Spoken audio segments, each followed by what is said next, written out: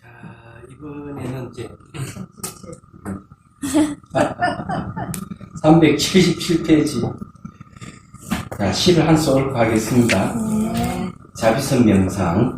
자신의 내면을 자비심으로 들여다보는 것. 자기가 남을 지혜로 알아가는 것. 자기가 남에게 사랑으로 기쁨을 주는 것.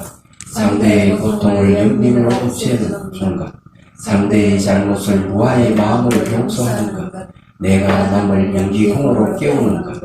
내가 남을 부처님으로 구원하는 것. 이것은 안과 밖으로 일어나는 깨달음. 비난과 분노의 경계에 전혀 동요되지 않아 세간의 무지와 고통을 지혜와 자비로 바꾸는 길. 자, 오늘은 이것도 이제 다 아니, 오늘 희할 차례입니다. 490페이지 보십시오. 희, 무아명상학입니다. 자, 희는 기쁨입니다. 희무량심을 통해, 희무량가는 한량없는 마음이죠. 기쁨이란 한량없는 마음을 통해 괴로움의 원인은 보고 독한 등을 주제한 자아가 있다고 생각하는 오염된 견해임을 이해합니다. 무아를 체득한 지혜는 나와 남에게 무아의 기쁨을 주고 동시에 기뻐하는 마음입니다.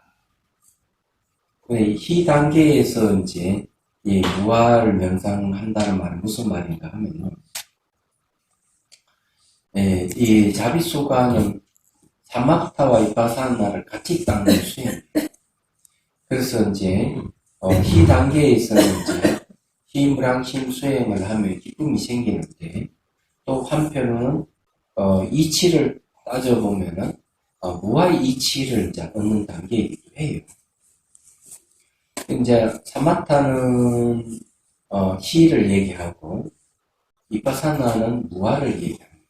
이 두 가지를 같은 이제 경계에 놓고 얘기를 하는 거예요.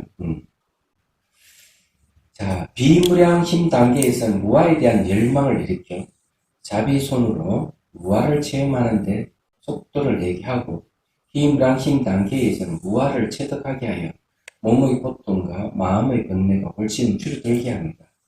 자비의 수는 불, 바람, 구공 어떤 손이든 써도 됩니다. 여기에 이제 얘기는 얘기하고 싶은 거는 뭘 얘기하는가 하면요. 이 무상고 무아에 대한 이해가 없는 지혜는 이파사는 16단계 중에서 3번 단계에서 일어나요. 4번의 단계가 이제 사라지는 것만 있고 5번의 단계가 몸이 다 사라져버린 지혜를 얻는 단계예요. 그 다음에 이제 6번째 단계가 먼저 두려움이 생기고, 아니면 몸이 다 사라져버리고 의심만 딱 남아있는 상태에 두고 두려움이 생겨요. 예.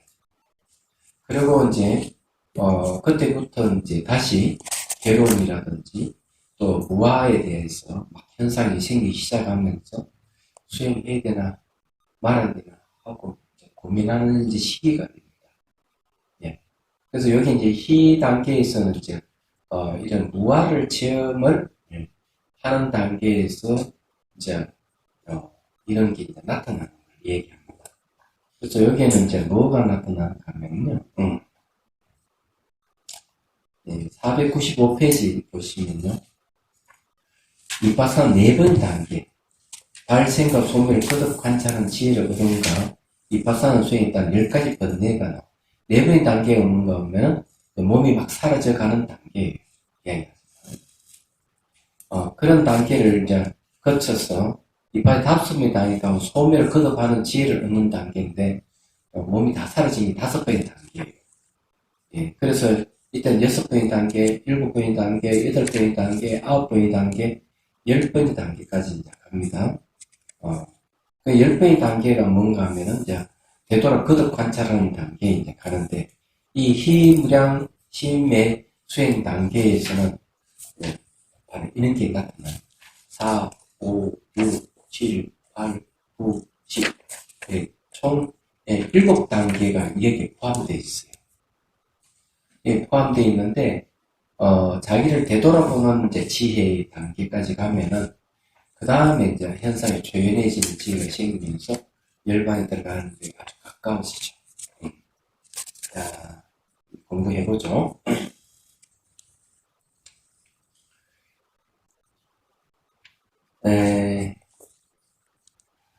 자, 여기 불, 바람, 호공의 어떤 손이든 써도 된다 하는 말은 무슨 말이냐면요. 이 손을 이제 보면은, 불의 손은 어떻게 하는가 하면, 또 손바닥에 태양을 상상해가지고, 뜨거운 손이죠. 이게 촉촉을 하는 거죠. 상상의 손인데, 뜨거운 태양을 상상해서 하면은, 이제, 몸에서 막 반응이 일어나요. 얘기하잖아요. 그걸 불의 손이라고 해요. 그러면서 이제, 어떨 때는 막, 여기서 불이 일어나가지고, 삿갓을 태우는 이미지가 막 생기기도 하고, 그래요. 실제 삿갓이 타는 건 아니고요. 그 다음에 바람은 뭔가 하면은, 여기서 손에서 아주 미시한 바람, 부드러운 바람이 나오거나 세찬 바람, 손을 이렇게 갖다 대면은, 접촉하는 순간 그 안에 막 바람이 일어나는 걸 얘기해요. 그렇게 상상하는 거. 허공의 손은, 손의 형태가 없어요. 의식으로 쌓는 게 허공의 손. 그렇게 이제 보시면. 어떤 손을 쓰든, 이 무아락하는 게 이제 나타나는 단계다. 이렇게 이제 보시면 돼요. 자, 수행 현상의 심리적 흐름에 대해서 몸을 아기라고 생각하고 어머니가 아기를 쓰다듯이 불이 손으로 담아주면 몸 내부의 뼈나 장기가 보이기도 하고 일부 형태가 사라지기도 하는 수행 현상이 나타납니다. 그 과정 속에서 빛이 나타나기도 합니다.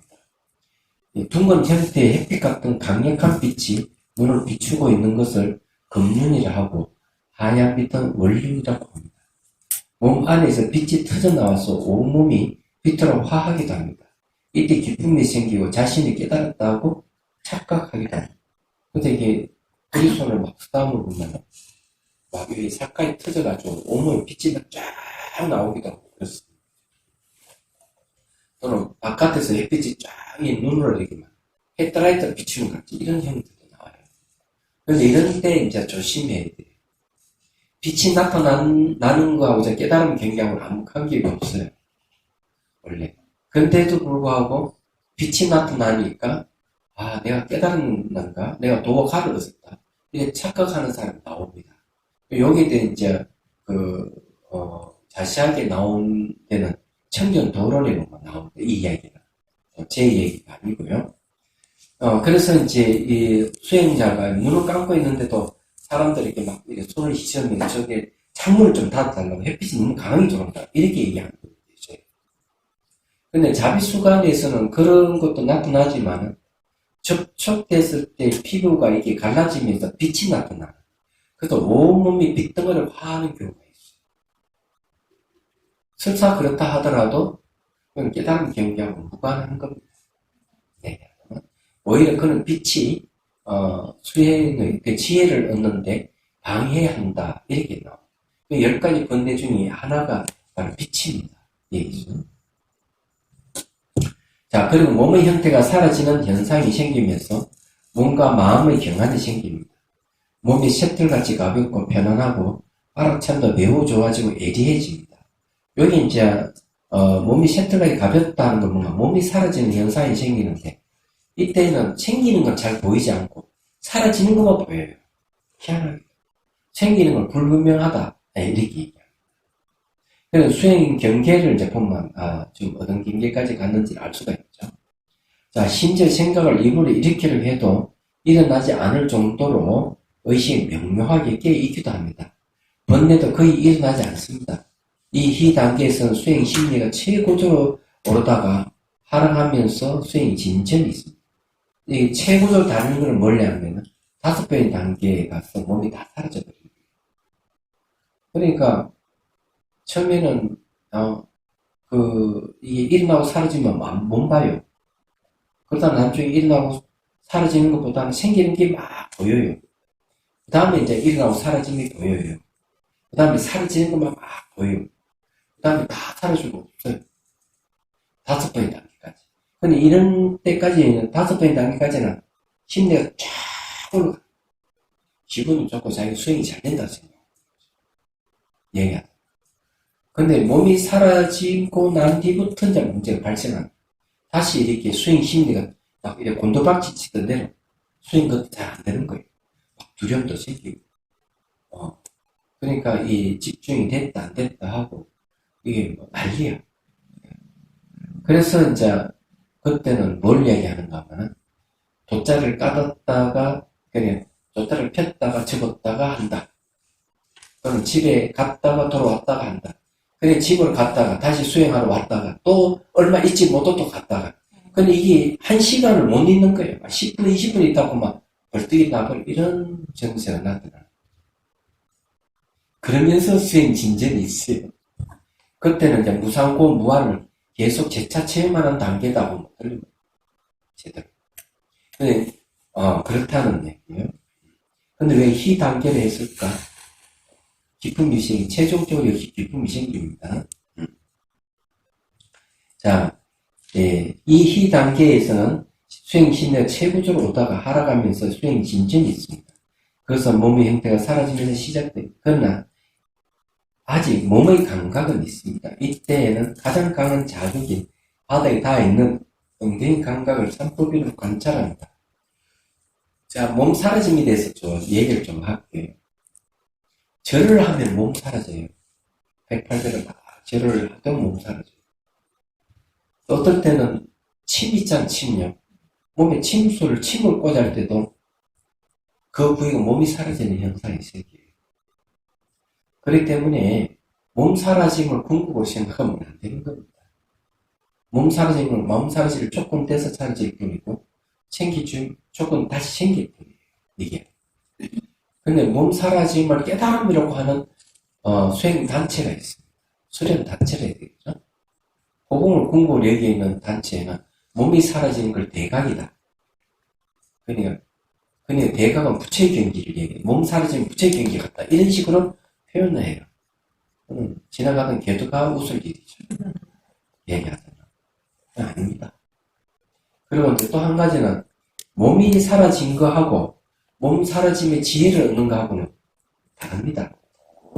몸이 사라지는 건 집중력에 의해 사라졌을 뿐인데 몸 사라짐의 지혜를 얻었다 하는 것은 반드시 징표가 있어요. 이때는 알아차릴 대상과 알아차림 두 가지가 같이 생겼다가 같이 사라지는 걸 세 번째 제3자가 보는 경지가 몸 사라짐의 지혜를 얻는 단계예요. 근데 이걸 비유를 어떻게 드는가 하면은 세 사람이 풀장에 가가지고 두 사람이 물속 딱 뛰어드는 것을 제3자가 본다. 이렇게 표현을 하고 있어요. 그래서 주객이 같이 생겼다 사라졌다는 것을 볼 수 있는 단계에 가면은 자, 몸 사라짐이 지혜를 얻었다. 이렇게 얘기하고 그걸 보지 못하고 몸이 사라지면 그냥 몸 사라졌다. 이런 경계가 다를 뿐이에요. 그래서 이파사나 수행하시는 거사님 계시는데 김열건 거사님 계시요 책도 있죠. 이파사나 책도 내시고 이랬는데 이분 말씀을 들어보면은 이렇게 얘기합니다. 그게 이제 몸이 사라졌다고 호공을 궁극 얘기한 수련 단체에서 몸이 사라진 몇 명의 거사님이 이 거사님 찾아가서 자기는 깨달았다고 몸이 다 사라졌어. 무아의 깨달음을 얻었다고 이렇게 얘기한 거예요. 그래서 이제 이 거사님이 이렇게 얘기를 합니다. 그럼 몸이 다 사라졌으면 감각은 있습니까? 이렇게 물었어요. 그러니까 아니 감각이 뭔데요? 감각이 있죠 당연히 이렇게 얘기하니까 거사님 그러면 당신은 아직 멀었습니다. 감각이 있는지 없는지도 모르는데 깨달았다고 어떻게 얘기를 할 수 있습니까? 몸이 사라져도 감각은 있어요. 그럼 감각은 언제 사라지느냐 하면 색계 제2선정을 얻어야만이 감각이 사라져요. 색계 초선에 이르게 되면 후각과 미각이 사라졌고요. 색계 2선에 가면 겉에서야 시각, 청각, 마지막 촉각이 사라져요. 겉에서 완벽하게 의식만 남아있는 상태에 도달하죠. 그래서 색계 초선과 색계 2선 사이에는 어떤 게 이제 경계를 짓는가 하면 모기가 한 마리가 맹화가 탁 찌른다 이게. 그럼 보통 사람 모기가 찌르면은 통증이 있어요. 그럼 새끼 초선을 얻어도 모기가 이게 침을 찌르면은 통증이 있습니다. 새끼 이선증 가기 전까지는 다 통증이 있어요. 새끼 이선증이 이르게 되면은 모기와가 딱 찔렀는데 감각이 없어요. 촉각만 사라져요. 그런데 그런 선정을 얻어도 깨달음이라고 얘기 안 합니다. 선정은 번뇌를 눌러놓고 있을 사람이지 깨달을 수 있는 바탕, 지혜를 얻을 수 있는 바탕일 뿐이지 그건 깨달음이 아니에요. 선정도 하면 깨달음이 아닌데 하물며 몸 사라짐을 깨달음이라면 안 되죠. 그러면 몸이 사라졌다 하는 건 어느 정도 경지냐 하는 게 있거든요.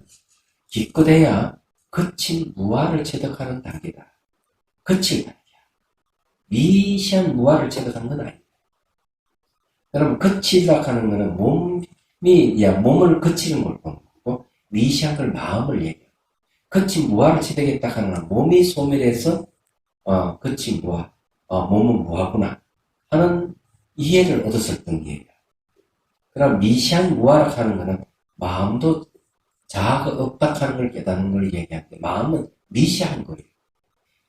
미시한 마음이 무아라 하는 걸 깨달아야만이 그걸 진짜 무아를 체득했다. 이렇게 얘기하는 거죠. 겨울 몸 사라지니까 가지고, 이건 뭐, 무아를 체득했다 이러면, 진짜 지나가던 기회가 웃을지죠. 이런 걸 명확하게 얘기합니다. 그렇지만, 몸 사라지면 좋은 점이 있어요. 몸이 사라진다는 거는 도대체 어떤 좋은 점이 있느냐. 인식 전환이 그때 오기 시작합니다. 그래서 몸이 아주 건강한, 몸이 아주 건강, 몸이 아주 가볍겠죠. 그리고 마음도 매우 가벼워. 모든 걸 다 할 것 같아요.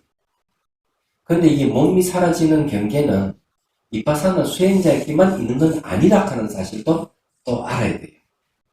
그러면 몸 사라지는 경계에는 성가에서는 어떻게 얘기하느냐. 화두를 들게 되면 몸이 사라지는 현상이 생겨요.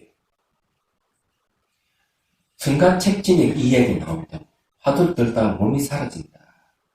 그래서 어떤 자가 물으니까 몸이 사라졌는데 화두를 들다 어떻게 해야 됩니까? 그러니까 몸 사라진 거 신경 쓰지 말고 다시 화두를 붙들고 참고 해야 된다. 이렇게 얘기합니다. 그래서 이제 이 몸 사라지는 현상들은 수행자에게는 빈번하게 일어나는 현상이에요.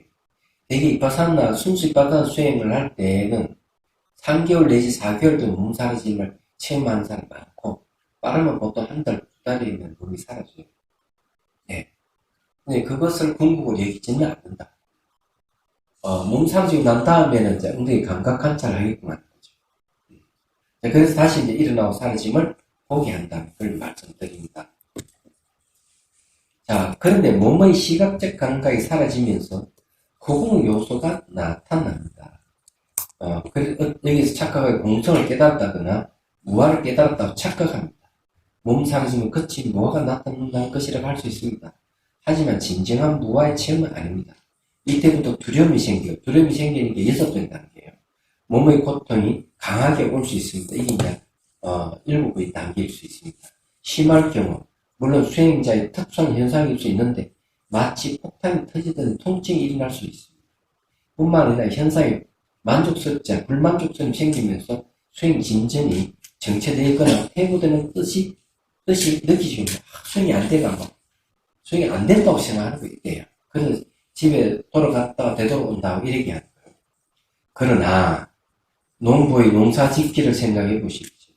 봄에 파종을 하면 농부는 도대체 언제 여름이 지나고 가을이 되어 수확을 할 수 있을까? 라고 생각하며 파종을 하지만 그럼 주고 작조를 뽑아주면 어느새 가을이 되어서 수확하는 이치와 같습니다. 다르게 하기에 콩나물에 물 주는 것 같아요. 콩나물 물 주면 어때요? 물이 쑥쑥 빠지니까 안 자른 것 같은데 콩나물이 쑥쑥쑥 자. 수행은 그거 같아요. 그렇죠? 무엇보다 희 단계에 나타나는 빛, 혹은 통증 등의 현상에 매몰되면 안 됩니다. 일어나고 사라지는 꾸준히 관찰하는 것이 중요합니다. 그래서 삼품인의 관찰에 주력해야 합니다. 특히 주장의 자아가 있다는 무지가 무아의 지혜로 사라지면 유아로 인한 까르마가 사라집니다. 몸과 마음이 반응하면서 까르마 약화됩니다. 그러면서 수행 심리가 다시 올라가기 시작합니다. 여기 핵심은 무아를 체험하여 무아의 지혜가 분명해져야 합니다. 그래서 무아의 이해가 선행될 때 무아의 체험이 분명하고 지혜의 얻음도 빠릅니다. 이 단계 이파사 18개 가운데 넷째, 발생과 소멸을 거듭 관찰하는 지혜에서부터 열째, 되도록 거듭 관찰하는 지혜까지에 해당합니다.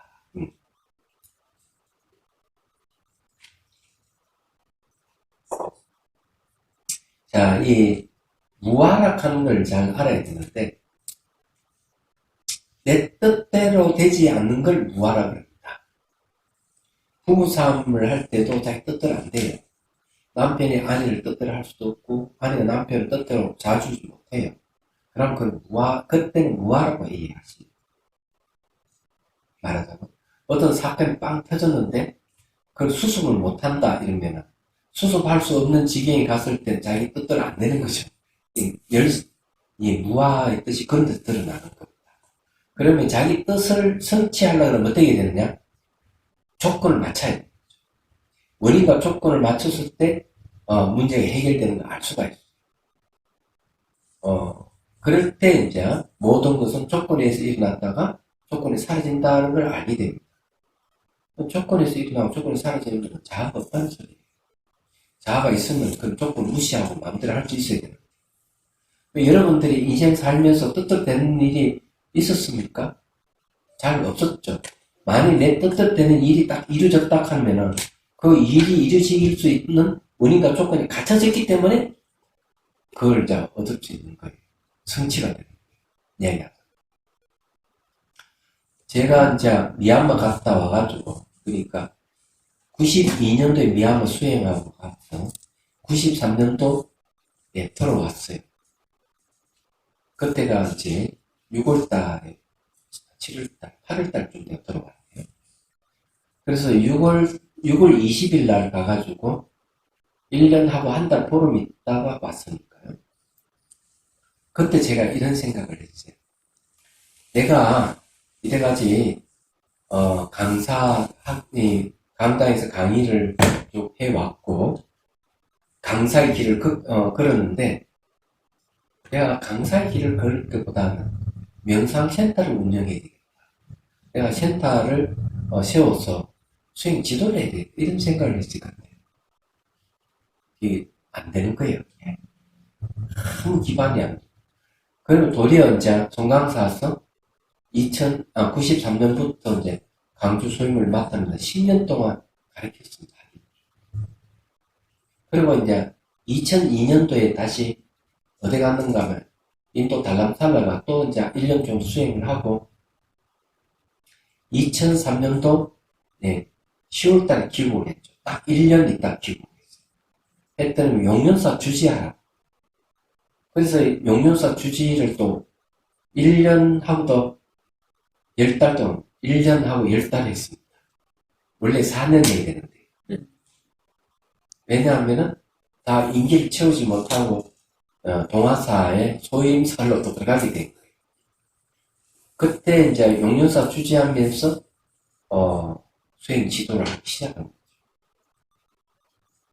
그래서 이제 내가 동화사 들어가야 된다 하니까 수행하시는 분들이 이구동성으로 그럼 우리는 어디 가서 수행합니까? 스님이 그만두면 수행할 장소가 없지 않습니까? 그래서 그때서 비로소 명상센터를 지금 이제 필요로 하구나. 그게 이제 2004년, 2005년도에요. 그래서 2005년도라고 하니 93년도부터 해가 2005년부터는 장장 13년이 지나고 난 다음에 센터를 문을 열게 된 거예요. 2005년도에 땅을 사고 12월 달에 2006년도 초파일 돼가지고 선빵을 먼저 지었죠. 법당을 먼저 지은 게 아니고 선빵부터 지었어요. 수행하는 사람들이 해가지고. 그래서 제가 이 이야기를 왜 하는가 하면은 뭐든 시질 인연이 딱 돼야만이 되는 것이지 자기 뜻대로 되는 일이 없더라. 내가 그냥 와가지고 내가 센터를 운영하겠다. 센터를 지어야 되겠다. 이랬는데 그 조건이 안 갖춰진 거예요. 근데 13년이 지나니까 조건이 갖춰진 거지. 얘기하자면. 그래서 지금 현재 보리마을을 세운 거예요. 얘기하자면. 또 보리마을 이러니까 또 뭐 음식점 생각하면 안 됩니다. 내가 이게 막 찾아보니까 음식점 이름도 보리마을이라는 게 있더라고요. 그래서 초창기 수행하시는 분도 농막에서 수행을 했어요. 많은 데 있어요. 자, 봅시다. 무아는 이제 두 종류가 있는데, 주제하는 자아 없음의 무아와 실체 없음의 무아로 나눠집니다. 전자는 인무아, 아공이며 후자는 법무아, 법공입니다. 이는 무상과 고를 관찰하는 결과를 한 걸음 더 나아가 더 깊게 관찰하는 것입니다. 무아는 무상과 고를 주제하는 그 어떤 실체도 없음을 확인하는 것입니다. 실제로 이 무아에 대해서 얘기를 하자면 무상 하나만 다예요. 근데 왜 무아를 쓰랬을까 하면 이런 이유입니다. 모두는 변하는 것 속에서 변하지 않는 것이 있다고 주장하는 사람이 나타나는 거야. 변하는 속에 변하지 않는 뭐가 있다 이게야. 그래 부처님께서 무아를 얘기를 합니다. 변하는 속에 변하지 않는 그 무엇 그런 거 없어? 무아 이렇게 주장합니다.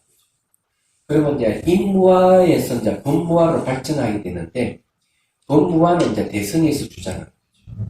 무상고 무아락하는 이 세 가지 지혜가 생기면 그때서야 공성에 대한 이해가 생기기 시작한다고 얘기합니다. 그럼 누가 얘기하느냐? 해실일경 소를 쓰신 원칙스님께서 하십니다. 그러면 그때 그 공을 바로 흑공을 얘기합니다. 그래 인무아락하는 건 자기 내부에 몸 안에 주장하는 자아가 없다는 걸 얘기하는데 우리 자기뿐만 아니라 몸 밖에 있는 이 세계도 주장 자아가 실체가 없다. 이 법무아예요. 하는 뜻입니다. 그러므로 아는 스스로 존재하는 나, 즉 자아로 얘기입니다. 그러나 스스로 존재한다면 그물로부터 태어나지 말아야 해요. 그렇죠? 늙고 죽음도 없어야 합니다. 그러나 현실은 태어나고 죽음이 있으므로 자아는 존재하지 않는 것입니다. 그러면 수행을 통해 철저히 자아 없음을 알면 아는 그 마음은 빈 마음이 되면 빈 마음 그대로 건너에 걸림없는 해탈이 일어납니다. 이것이 공해탈문으로 들어가는 것입니다. 무아를 통해서 공해탈문으로 들어가는 거예요. 건강이 좋지 않은 수행자인 경우는 아무 말할 수 없는 이루 말할 수 없는 통증이 일어나고 그런 뒤에는 몸이 가벼워지고 대나무 숲까지 비어있는 체험을 합니다. 이 체험을 겪는 과정에서 몸과 마음이 무상하고 고통스러운 것임을 깨닫고 몸에 뜻대로 할 수 있는 자아가 없다는 이해가 분명해집니다. 또한 세 사람이 수행장에 가서 두 사람이 물에 뛰드는 것을 나머지 한 사람이 뒤에서 보듯이 대상과 알아차림이 함께 사라지는 것을 보기도 합니다. 몸에 대한 무상과 고통을 체험한 만큼 번뇌가 줄어듭니다. 이런 현상은 몸과 마음의 경환이 일어나는 현상입니다. 경환이 일어나면 번뇌가 줄어듭니다. 그래서 법을 알았다는 기쁨이 생겨 깨달음이 아주 가깝게 느껴지기도 하는 단계입니다. 그래서 이게 이제 이런 여러 가지 이런 현상을 봐야 돼요. 몸이 사라지는 과정에서 어떤 게 있는가 하면 요 중앙을 중심을 해가지고 이게 요 중심을 해가지고 이게 갈라져요. 두 쪽으로 이렇게 갈라집니다. 하나. 그런 얘기 처음 들어보겠죠. 머리가 두 쪽에 갈라진다니까? 그런 이미지가 나타나요. 실제 갈라지는 건 아니고.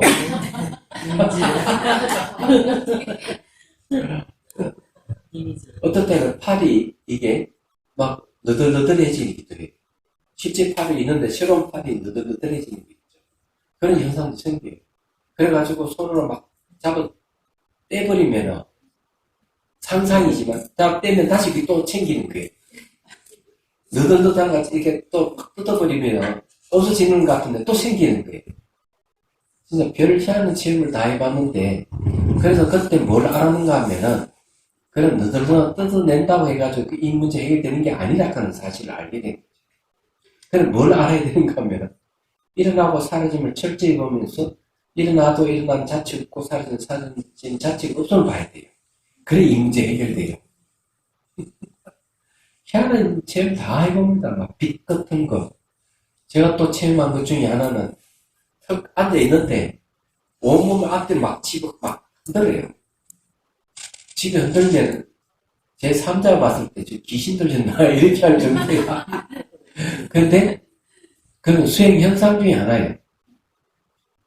그래서 이제 이게 집에 흔들었는데 언제까지 흔들나 한번 지켜보자 했는데 3일을 계속 흔들더라고요. 3일 앞뒤. 그런데 이제 뭘 알아는 막 흔들릴 때 몸 밖에도 그냥 흔들리는 거 지켜보는 거죠. 그런데 정말 몸이 점점 가벼워져요. 몸이 건강해지는 거죠. 이 맥힌 기혈이 그때부터 막 열리기 시작해요. 병환이 생겨요. 그리고 이제 그때 알았던 게 그걸 무상을 보여줍니다. 바람이 없어. 그래서 이제 논서에는 무상은 바람, 그러니까 이 바람이 없어서 무상을 잘 보여준다. 이렇게 얘기해요. 제가 체험하는 게 참 많아요. 또 어떤 체험이 있는가 하면 구티에서 잠을 자는데 그 미얀마 구티는 되게 얇은 이게 대나무 있잖아요. 얇은 대나무를 이렇게 쫙 이렇게 쪼개가지고 집을 만들어놔. 그래서 이제 누워서 잠잘 시간에 자는 거예요. 잠잘 시간 딱 자는데 이 구티가 흔들리는 거죠. 그래서 나 누구 왔나 싶어 또 일어나가지고 문을 텅 열고 나보니 아무도 온 사람이 없어. 또 누워서 잠을 청한 또 구티가 흔들려. 이 대나무 집은 여건 집이야. 흔들리니까. 그래서 가만히 왜 흔들리지 딱 관찰해 보니까 몸이 진동이 다 흔들리는 거예요. 그래서 침대가 흔들리니까 침대하고 붙어 있던 이 구티 벽이 막 흔들리고 있어요. 이거는 왜 관찰도 하지 않는 지가 운전에 딱 지켜보는데 어떤 일이 벌어지는가 하면은 척추 밑에서 기운이 이런 식으로 막 올라가는 거예요. 올라가면서 척추가 우두둑 우두둑 이러면서 척추가 쫙 바라지. 예. 그래서 몸이 막 사정없이 흔들었는데 그러면 몸이 싹 좋아져. 내가 몸이 안 좋아서 갔거든. 얘기하면 그때 막 얼굴이 붓고 이 황달같이 몸이 막 걸어가면 무거워가지고 걷기도 힘들고 이러는데 수행을 통해서 맥힌 기혈이 다 열려가지고 몸이 건강해져. 그러면서 예. 그런데 이런 현상들은 지혜와는 관계가 없어요. 그래서 이제 거기서 이런 얘기를 하는 거예요. 노스님 말씀은 이파사나 수행을 하면은 건강하지 않는 사람이 몸이 건강해지면서 건강한 몸을 통해서 단말을 깨닫는다. 이렇게 본문을 하시는 거예요. 그래서 그 이유를 알아요. 수행하는 사람이 몸이 건강해지지 않으면 수행 잘못하고 있는 겁니다. 이것도 알아야 돼요. 예를 들어가지고 백은선사라고 있어요. 이 백은선사는 화두를 들다가 몸이 완전히 망가집니다. 몸이 완전히 망가져가지고 몸이 강철같이 빼짝 말라 단단해져 버리면서 몸이 아주 이상해져 버립니다.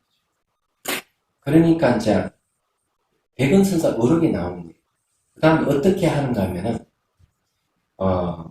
다시 몸을 회복하기 위해서 관상법을 해요.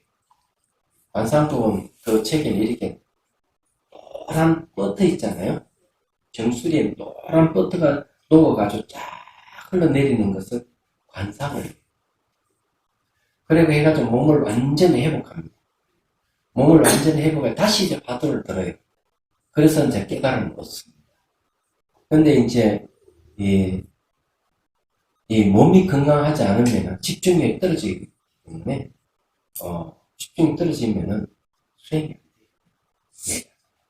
자, 그런 것도 있죠. 그냥 별거 다 있어요. 근데 수행하면 막 현상이 막 나타나는 건 왜 나타나느냐? 현상을 되게 다 까르마라. 까르마. 자기 속에 있는 심리적인 현상들이 이제 튀어나오기 시작하는 거죠. 얘가.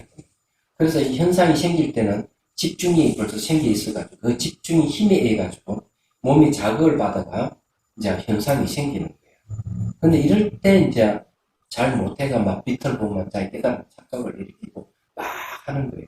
이럴 때 이제 조심을 해야 된다. 조심해서 이제 그런 현상을 계속 일어나고 사라짐으로 다시 봐야 돼요. 그래야만 이제 그런 일이 이제 없어지는 거죠. 자, 그래서 여기에서 이제 몸이 사라지는 현상들에 대해서 자, 그렇게 얘기를 하는 겁니다. 그래서 몸에 대한 무상과 고통을 체험한 만큼 번뇌가 줄어듭니다. 이러한 현상은 몸과 마음의 경안이 일어나는 현상. 경안이라 하는 것은 뭘 얘기하는? 칠각계 중에서 경안각지가 있어요. 가별, 경자, 편안을 안자. 각지는 깨달음이었어. 깨달을 수 있는 고리 이런 뜻이에요. 그러면은 이 경안은 뭘냐? 내가 수행자다 아니다 하는 걸 판단하는 기준이 경안이 있느냐 없느냐가 중요해요. 수행자는 늘 몸이 가벼워서 걸음을 걸을 때도 마치 셔틀같이 몸이 가벼워요. 그럼 경안은 언제부터 생기느냐 하면 수행할 때부터 점점 생기기 시작해가지고 가장 미묘한 경안이 생길 때가 언제냐? 선정 속에서 경안이 생깁니다. 선정 속에서 경안이 딱 생기면은 아주 미묘하다고 얘기하죠. 그럴 때 비로소 이제 새끼심 선정을 얻습니다. 그 선정을 얻었을 때 이제 이 공성의 지혜를 얻을 수 있는 조건이 갖춰집니다. 얘기하자면. 자, 어쨌든 그런 거예요. 근데 이제 그래서 법을 알았다는 기쁨이 생긴 깨달음이 아주 가깝게 느껴지기도 하는 단계입니다. 이 단계가 자비순과 정념의 시선이 지나가는 자리는 몸의 형태가 엿가락이 녹는 것처럼 물렁물렁해지거나 몸의 일부가 사라지는 체험을 할 수 있습니다. 이때는 이 현상을 따라가면서 일어나고 사라짐을 분명하게 보는 것이 중요합니다. 이제 시선이 딱 몸이 닿으면 형태가 사라져요. 그러니까 집중이 생겼다. 뭘 알아차림하기 전에 사라져. 이렇게 막 엿가락 놓다 줄줄줄줄 흘러내리거나 물렁물렁해지거나 그래가 막 녹아내리거나 그는 구멍이 뻥 뚫릴 때도 있어요. 제가 이제 어떤 경험을 했는가 하면 수행을 하는데 구멍이 뚫리는 게 있죠. 여기에 구멍이 뻥 뚫려 뒤쪽으로 뻥 뚫려 이렇게 목에도 뻥 뚫려 가슴 앞과 뒤도 뻥 뚫려 7개 차크라에 구멍이 뻥뻥뻥 뚫려 이상한 무슨 이런 현상이 다 있나 생각. 그때 제가 알았던 게 뭐냐 하면은 그런 현상이 생기기 전에 몸 안에 기의 흐름이 마치 지도를 하나 보면서 다 보이는 거죠. 기의 흐름이 다 보이고 그러다가 이제 그런 게 뻥 뚫려가지고 희한한 일이다 이렇게 생각을 했어요. 얘기하자면. 근데 그것이 흔한 현상은 아니었던 사실이에요. 그러고는 이제 몸이 점점 더 좋아져. 얘기하자. 얘가 몸이 완전히 망가져가지고 고충을 같아서 수행을 하러 갔는데 오히려 그런 걸 통해서 별 체험을 다 하게 되는 거죠. 그런데 역시 그것은 중요한 것이 아니었다. 일어나고 사라짐을 말한다. 모든 존재에 공통되는 게 일어나고 사라지는 그걸 생사. 그래서 생사해탈을 목적으로 하기 때문에 일어나고 사라지는 거야. 일어나도 일어나는 자체가 없고 사라지면 사라지는 자체가 없을 때 생사가 없는 줄 알게 되고 그런 걸 통해 가지고 이제 생사해탈을 이룰 수가 있어요. 얘기하자면. 그래서 여기서 이제 그런 현상이 생기는 거예요. 이때는 이 현상을 따라가면서 일어나고 사라지는 분명히 지켜보는 게 중요한. 왜냐하면 몸의 현상이 빠르게 변하거나 비어질 때는 자수행 단계나 비수행 단계가 같이 그 현상에 대해 무엇과 같다고 이름 붙일 수가 없습니다. 이름 붙일 때는 이미 그 현상이 다르게 변하거나 사라지고 난 뒤이기 때문입니다. 그래서 단지 그 변화를 알고 있음이라고 알아챌 수밖에 없습니다. 이때는 그런 현상. 그때 경희대학 대학원에 다니던 학생이 한명 왔어요. 한 2주쯤 지났는데 아주 흥분된 목소리로 와서 이렇게 얘기해요. 스님, 현상에는 이름이 없다 하는 사실을 아십니까? 이름이 없다. 그러면서 이런 이야기, 처음에는 이제, 이 처음 수행하시는 분이 일어나는 현상마다 이름 붙이기 합니다. 이 관찰 잘 안 되니까, 예를 들어 딱딱함 하고 마음속에 명칭을 붙이기 때문에.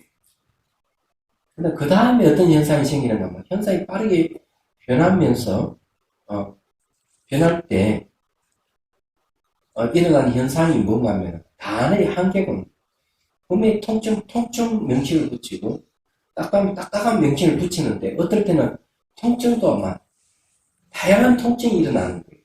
그래서 이 친구는 처음에는 이다로 갔는데, 이게 안 됐어. 그 다음 갔다로 붙여. 갔다로 하면 더 많이 이제 명칭을 붙일 수 있으니까. 예를 들어 통증 같으면, 머리가 박힌 것 같은 통증. 바늘 찌는 것 통증에 바늘 찌는 것 같은, 같다고 붙이기 시작합니다. 그러면서 이 청년이 알았던 게 뭐냐면, 현상은 본래 이름이 없구나. 이 명칭이 한계가 왔다 하는 걸 알게 돼요. 그래서 이름이 없다 하는 걸 명확하게 합니다. 그래서 제가 이 얘기를 했어요. 그 다음에 어떻게 되는지를 아느냐. 그 다음에 현상이 더 빠르게 지나갈 때는 명칭을 붙이는 순간 벌써 현상은 사라지고 없다. 어떻게 해야 됩니까? 내가 이 얘기를 해줬죠. 알고 있음 하고 명칭 붙이죠. 내가 알고 있다. 그 다음에는 어떤 현상이 몸이 다 사라져. 그때 완벽하게 모든 현상에는 이름이 없다 하는 거 알죠. 이름이 없다 하는 거는 생각을 붙일 수가 없는 거예요. 말과 생각을 떠나는 거죠. 이게 이제 몸 사라진 과정에서 얻는 내용들이에요. 이게. 이때 이제 이빠사는 네 번째 단계에 이르게 되면 이제 이런 걸 체험을 한다라는 얘기.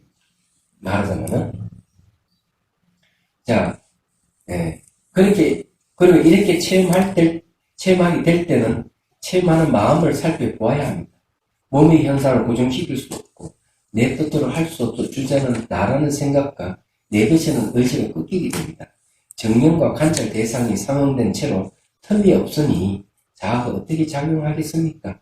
자아는 허상이 주도하고 조절하는 자아가 존재한다 굳게 믿었던 마음이 사라집니다. 이때부터 과거의 기억이나 미래에 대한 집착하는 마음이 점차 줄기 시작합니다. 몸의 고통이 덜어지면서 몸이 가벼워지고 부드러워지기도 합니다. 감정이 묻어있지 않은 기쁨이 생기며 이때 기쁨은 고요한 산매를 이어질 수 있습니다. 기쁨이 막 주체할 수 있는 기쁨이 생깁니다. 이 희수행 단계에서는 몸의 형태가 소멸하므로 번뇌도 그만큼 줄어듭니다. 깨달을 수 있는 고리가 생겼어. 마음이 고요해지고 뭔가 마음이 가벼워지고 기쁜 마음이 생깁니다. 정진이 길과 평등한 마음도 더 분명해집니다. 또한 무상을 통한 현상이 있는 것을 일어나면 반드시 사라지는 것이며 이 세상도 그와 같은 줄 알게 되어 모두 괴롭다는 사실을 알게 됩니다. 왜 괴롭다고 하는가 하면은 고정된 게 없고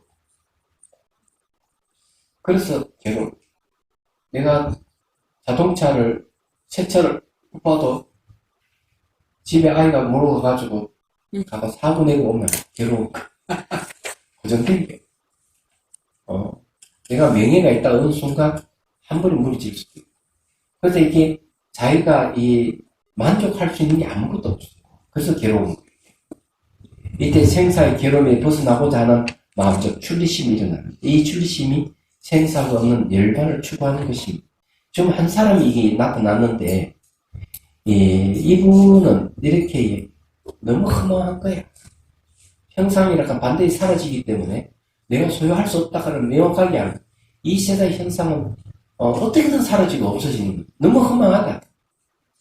그래서 자기가 살아가는 삶이 막 허탈감이 와버리는 선님이 한번 딱 나타났어. 그런데 실제적으로 이제 그런 게 나타나면은 이분은 몸도 다 사라지고 없어요. 그리고 두려움이 막 생기고 벌써 5번 단계 왔죠. 그 다음에 막 이 세상 허망에 막 고통스러워요. 벌써 5번째 몸살이 6번째 두려움이 6번째 두려움 왔다가 7번, 8번, 9째 단계 이 3단계에 와서 막 좀 난리치는 거예요. 수행도 안 되고 괴롭고 너무 허망하고 이런 이 스님이 막 어찌할 줄 모르고 거의 지금 몇 달간 2달 이상 가는 거죠. 그런데 이 스님은 제대로 이제 수행길을 가고 있고 거기 끝나면 그 다음에 생긴 되돌아보는 지혜가 생겨. 자기가 이제 수행했던 걸 다시 되돌아보고 그 다음에 이제, 현상이 조연해진 지혜가 있고, 그 다음에 이제 일반 들어가는 거예요. 이 선이 굉장히 좀 빠르게 가는 거예요. 다른 수행자보다 훨씬 빠르게 가고 있어요. 그건 실제적으로 그러면 막 허망하고 생사에 두려움이 생길 때에 마음 어떻게 나타나느냐 하는 게 있어요. 이런 식으로 나타나는 경우도 있습니다. 사방이 꽉 막혀가 출구가 없는 상태, 두려움이 막 생겨가지고 어찌할 줄 모르는 그런 상태에 오거나, 일어나고 사라짐을 보면서 막 허망함에 젖어들어가지고 일어나지도 않고 사라지지 않는 걸 찾아가는 그런 마음이 막 나타나기도 하고 그렇습니다. 그래서 이제 열반을 추구하는, 이런 게 나타나지 않으면 수행자가 어렵습니다. 자기가 뭐 아무리 막 어떤 사람도 경험해보지 못한 수행 체험을 했다 하더라도 그건 수행 진전이에요. 뭐 몸이 백날 사라져봐도 그런 체험이 없으면 출리심이 안 생기기 때문에 열반을 구하고자 하는 마음이 안 생겨요. 얘기하죠. 뭐 정수를 빵 뚫리도 마찬가지. 뭐 그 열리다 하더라도 그런 걸 체험하지 않으면 아무 소용이 없어요. 얘기하죠. 그래서 이게 허망함이라든지 이런 게 막 와가지고 그런 게 와야 되는, 수행이 됐다 안 됐다 그러고 이렇게 해야만이 이제 수행이 돼가는 거거든요. 얘기하자면. 그래서 이제 제가 기뻤습니다. 한 사람이 딱 나타나가지고 이 스님이 진짜 공부를 하는구나. 근데 이 스님이 벌써 막 정수에 빵 열리고 막 연꽃도 피고 뭐 다 했어요. 다 그런 거 거쳤거든. 근데 이제 와가 이제 일어나고 사라짐을 보면서 이제 그런 식으로 하는 거예요. 자, 내용이 이제 그런 내용입니다. 그래서 이제 여기에서 이제 495페이지 이빠사나 지혜를 얻음 하는 부분 다음 시간에 이야기하겠습니다. 여기에서 이야기하고자 하는 내용은 다시 이야기를 하면 빛이 막 나타난다. 막 해떨레가 쫙 피진 빛, 몸에서 막 터져가지고 온몸을 빛으로 화할 수가 있다. 그런데 이런 현상들은 전부 다 지혜를 장애하는, 이빠사나 지혜를 장애하는 하나의 장애물이 지나지 않는다 하고 청정도론에서 이야기하면서 주의를 요합니다. 여러분들도 혹시 그런 경계가 있으면 착각하지 말아야 돼요. 그때 되면 알아차는 너무 잘 되고 마음이 억대가 쫙 올라가 있는 상태예요. 그런 상태이기 때문에 한 사람이 거의 상태 6개월 가까이 계속 빚만 얘기한 사람이 있어요. 그래서 내가 아니고 그 빛만 보고 있으면 지혜가 안 생기니까 다시 일어나고 사라짐을 관찰하도록 하십시오. 이랬는데도 6개월 계속 빛만 제시해야 돼요. 여러분은 가버렸어요. 가가지고 어디 자기가 막 점검받으러 갔겠죠. 내가 아니라 하니까 자기 마음에 안 들었던 것 같아요. 자기 인정해주는 사람 찾으러 갔을 거예요. 그것도 소용없어요. 예. 내가 근거까지 들어서 얘기했는데